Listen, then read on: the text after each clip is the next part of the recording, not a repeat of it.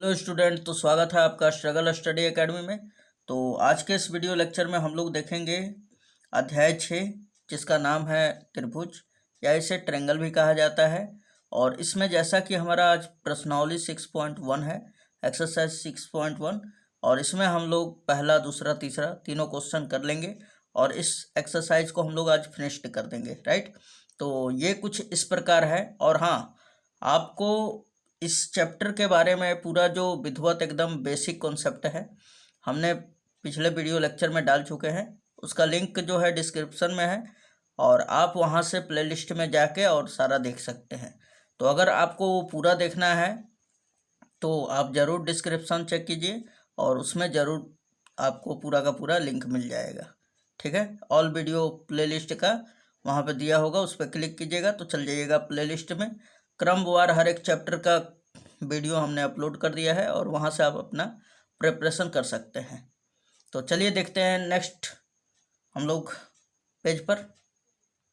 Question number पहला दिया हुआ है दोस्तों, कोष्ठकों में दिए शब्दों में से सही शब्दों का प्रयोग करते हुए रिक्त स्थानों को भरिए। तो सबसे पहले यहाँ पे दे दिया है प्रश्न संख्या पहला में पहला कि सभी वृत्त ... होते हैं, और यहाँ पे इसका आंसर दिया है 2, और इसमें से 2 में से कोई भी एक यहाँ पे भरना है, राइट। सर्वांगसम होते हैं कि समरूप होते हैं, इसके बारे में हमें डिस्कस करना है, राइट। तो हम लोग देखें यहाँ पे तो 2 वृत्त जो दिया हुआ है ये लगभग सर्वांगसम है। ये वृत्त को इस पर रख दे या ये वृत्त को इस पर रख दे तो इसका सभी अंग एक दूसरे को ढक लेगा, है ना।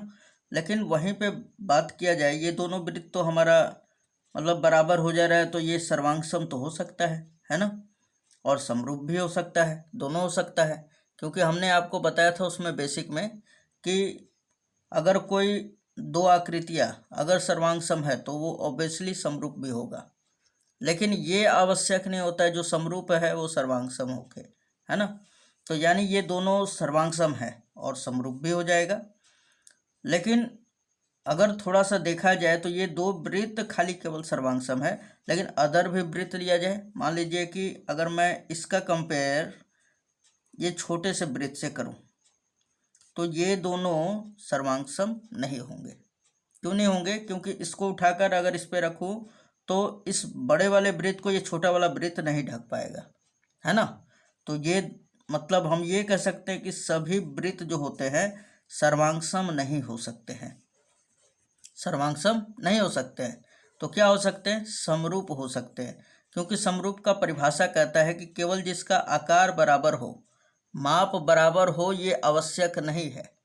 केवल आकार बराबर हो तो वो क्या हो जाते हैं? समान हो तो वो क्या हो जाते हैं? समरूप हो जाते हैं।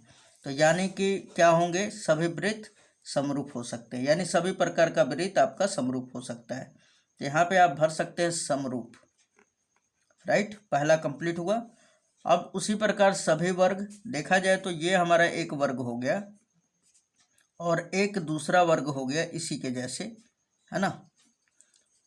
ये हमने बोल दिया कि ये दोनों वर्ग क्या है, ये दोनों वर्ग एक दूसरे के सर्वांगसम है।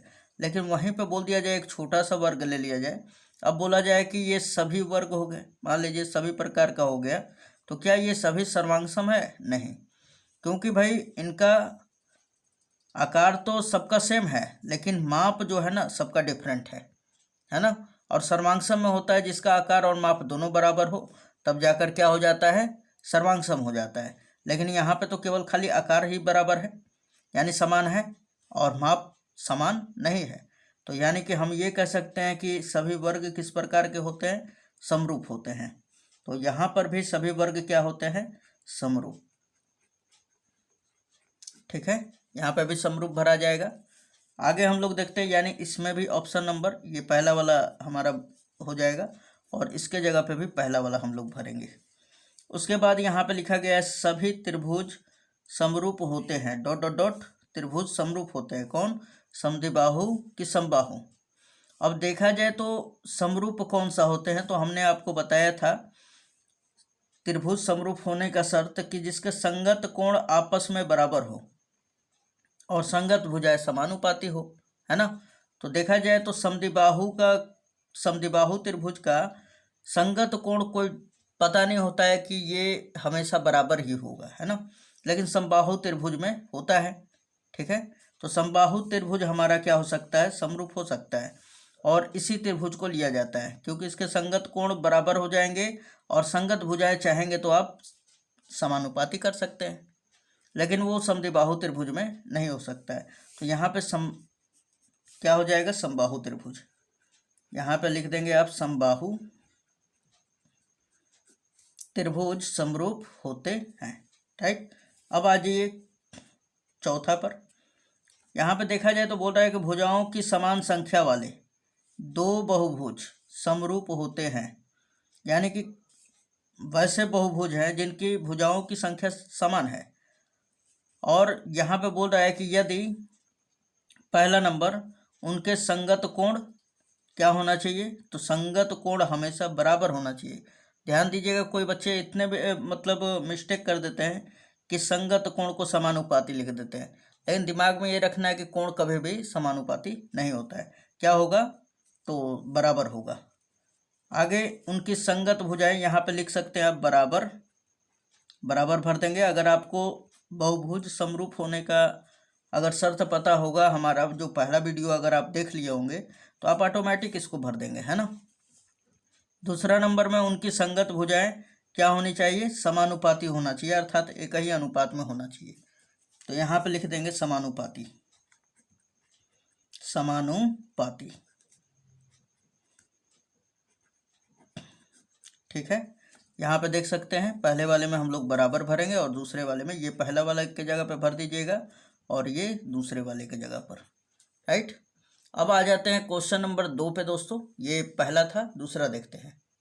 तो यहाँ पे क्वेश्चन नंबर दूसरा देख सकते हैं दोस्तों। बोला निम्नलिखित युग्मों के दो भिन्न भिन्न उदाहरण दीजिए। पहला समरूप आकृतियाँ की। तो समरूप कौन कौन सी आकृतियाँ हो सकती है, तो आप यहाँ पे लिख सकते हैं वृत्त हो सकती है ना। यहाँ पे दो वृत्त लिख सकते हैं आप, वृत्त। राइट, और दूसरा उदाहरण आप ले सकते हैं समबाहु त्रिभुज। क्या लिख सकते हैं, समबाहु त्रिभुज। समबाहु त्रिभुज भी समरूप होती है ना, त्रिभुज। राइट, तीसरा नंबर में आप लिख सकते हैं क्या, आयत। आयत भी होते हैं हमारे।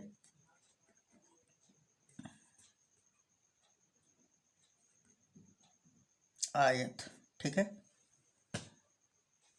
तो यहाँ पे आप फिगर भी देख सकते हैं, दो वृत्त हमने ले लिया है, ये भी क्या होते हैं, समरूप होते हैं। और समबाहु त्रिभुज भी समरूप होते हैं। और उसी प्रकार आयत, यहाँ पे वर्ग भी ले सकते हैं। बहुत सारा एग्जाम्पल है दोस्तों। ठीक है, बोल रहा है कि दो भिन्न भिन्न उदाहरण, यानी कि हमने अलग अलग उदाहरण भी दे दिया है। ठीक है, अब यहाँ पे ध्यान दीजिएगा, ऐसी आकृतियाँ जो समरूप नहीं है। तो यहाँ पे क्वेश्चन नंबर, ये पहला का था, दूसरा का पहला था, अब ये दूसरा का दूसरा नंबर है। ठीक है, ऐसी आकृतियाँ जो समरूप नहीं है दोस्तों, तो क्या क्या हो सकती है, यहाँ पे आप लिख सकते हैं वर्ग, चाहे समचतुर्भुज और वर्ग, ये भी हो सकता है ना। समचतुर्भुज, समचतुर्भुज और वर्ग, वर्ग। और दूसरा ले सकते हैं आप समचतुर्भुज, जानते हैं ना, जिसकी केवल खाली चार भुजाएं बराबर होती है ना।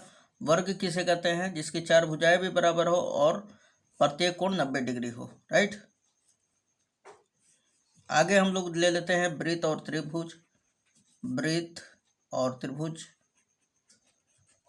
ये दोनों भी सर्वांग नहीं, समरूप आकृतियां नहीं होंगी, है ना, क्योंकि इनका आकार ही अलग अलग हो जाएगा। ये वृत्त है और ये त्रिभुज है, तो ये ऐसे ही नहीं होंगे।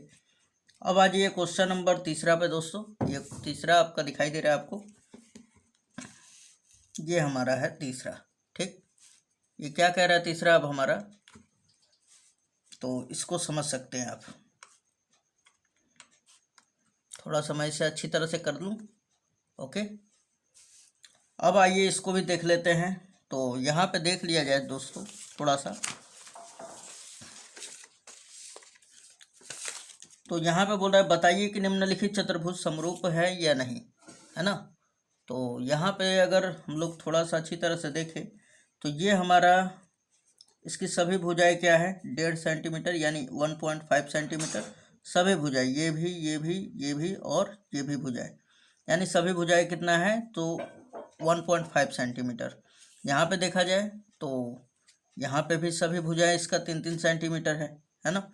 और हमने पढ़ा है कि बहुभुज समरूप होने का शर्त, इसमें हमने बताया था संगत कोण आपस में बराबर हो और संगत भुजाएं समानुपाती हो, तब जाकर वो बहुभुज क्या होता है समरूप हो जाते हैं। और सबसे पहले मैंने उसमें बताया था कि बहुभुज के यदि सभी भुजाएं बराबर हो और संगत कोण बराबर हो तथा संगत भुजाएं समानुपाती हो, तो अगर हम लोग देखें यहाँ पर तो ये हमारा अगर चारों भुजाएं इसका बराबर है तो कहने का मतलब है कि ये एक समचतुर्भुज है। तो यहाँ पर भी तो चारों भुजाएं बराबर है, लेकिन ये एक वर्ग है। ठीक है, अपने किताब के फिगर में देख लीजिएगा, यहाँ पे 90 डिग्री एंगल बना के रखा है।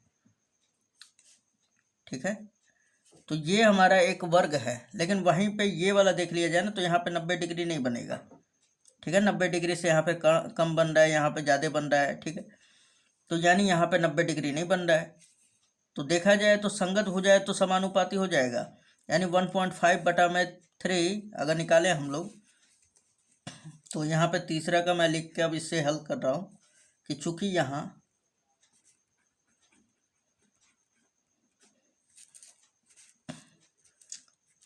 PQ/AB यानी PQ/AB बराबर, यहाँ पे देख लिया जाए दोस्तों तो QR/BC, QR/BC और बराबर CD/RS,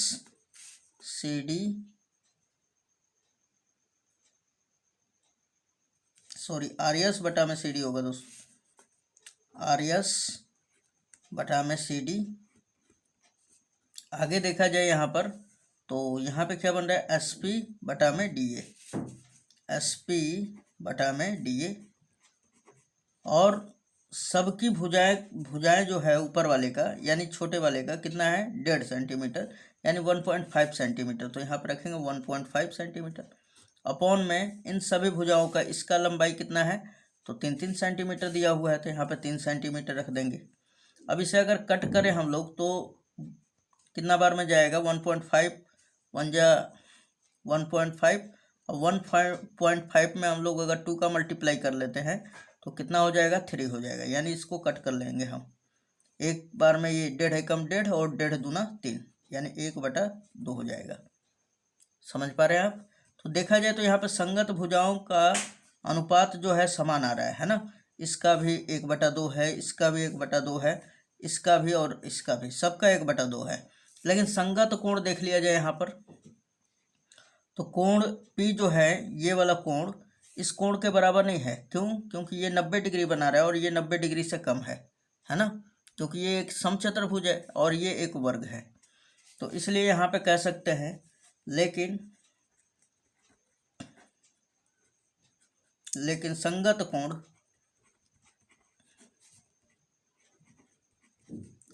बराबर नहीं है। और जब बराबर नहीं है दोस्तों तो हम कह सकते हैं अतः दोनों बहुभुज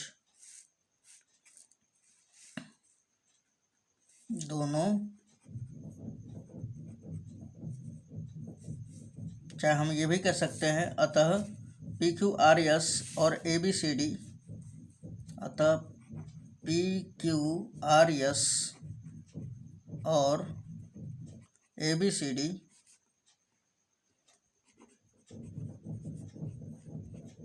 समरूप नहीं होंगे।